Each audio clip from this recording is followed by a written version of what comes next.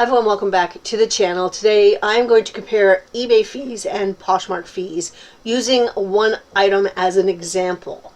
I did sell these bottles on eBay recently, like we just shipped them yesterday.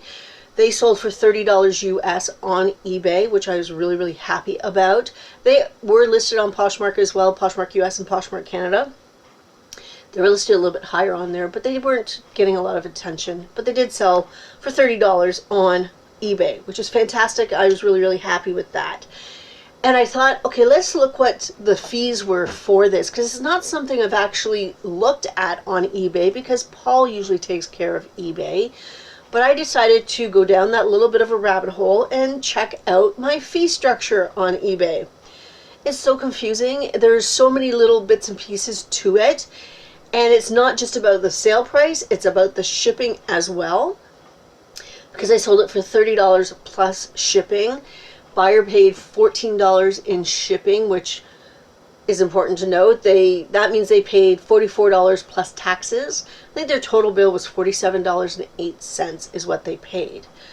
We pay fees on $47.08. That's what we pay fees on, not just the sale price. So it's a little bit different than it is on Poshmark.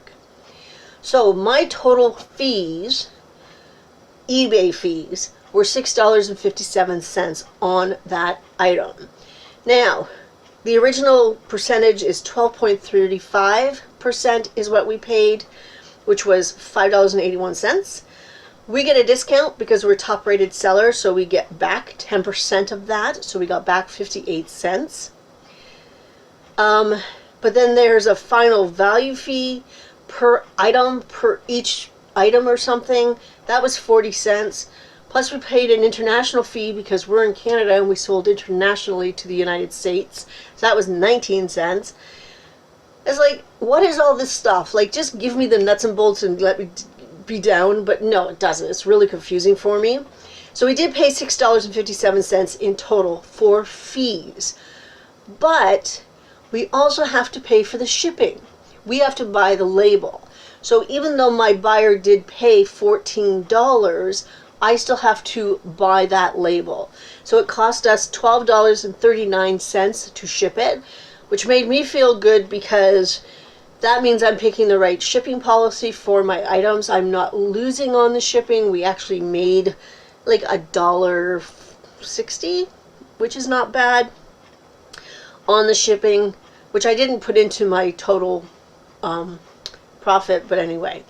So we paid $6.57 in fees plus $12.39 for shipping, and my cost of goods for these bottles was only about 63 cents US. These bottles were bought on an online auction. I had a lot of 4 items, similar type bottles wrapped in wicker.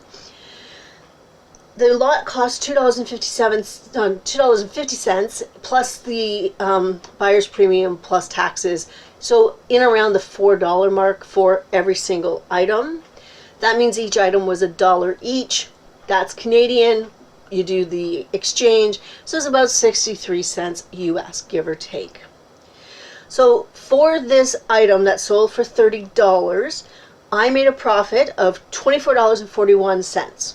I'm really happy with that. That was a really good profit. Yes, it does not include my packing supplies or my gas to get things wherever, okay? That's sort of a basic profit margin.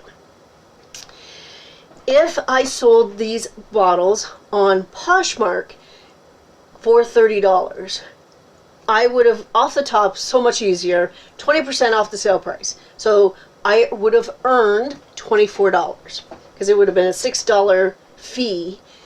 I would have earned $24. My cost of goods was 63 cents. That means I would have profited $23.37. So quite similar in profit and in fees, really, once you get down to absolutely everything that you have to pay for on eBay. However, on Poshmark, I'm going to say 90-95% of my sales come from offers to likers, where I offer a shipping discount. So if I had done that on Posh US, I would have offered $5.95 shipping, which I think originally is $7.97.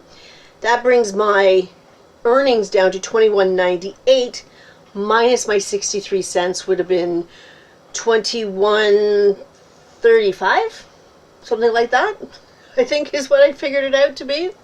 So there is a difference there. So there's like $3.06 difference between Poshmark and eBay. So which is better? You know what? With the fees being relatively kind of close, I still say eBay is better because of the audience, because it's worldwide if you choose. We sell all across the world, so your audience, the number of people that want to buy is that much bigger, like huge, as compared to only US on Posh US or only Canada on Posh Canada. So just to have that audience is probably the number one absolutely positive thing about eBay. eBay is a little more complicated. I was kind of blown away when I looked at the breakdown for the fees, and I kept going to Paul. I'm like, well, what's this fee? What's this international fee thing? What is this final value fee thing? Like, what is going on? Just, can you tell me how much money I'm going to get and how much money I earned? And then, because we're in Canada, it had, actually, I'll show you. If it fits down here, I'll put it down here.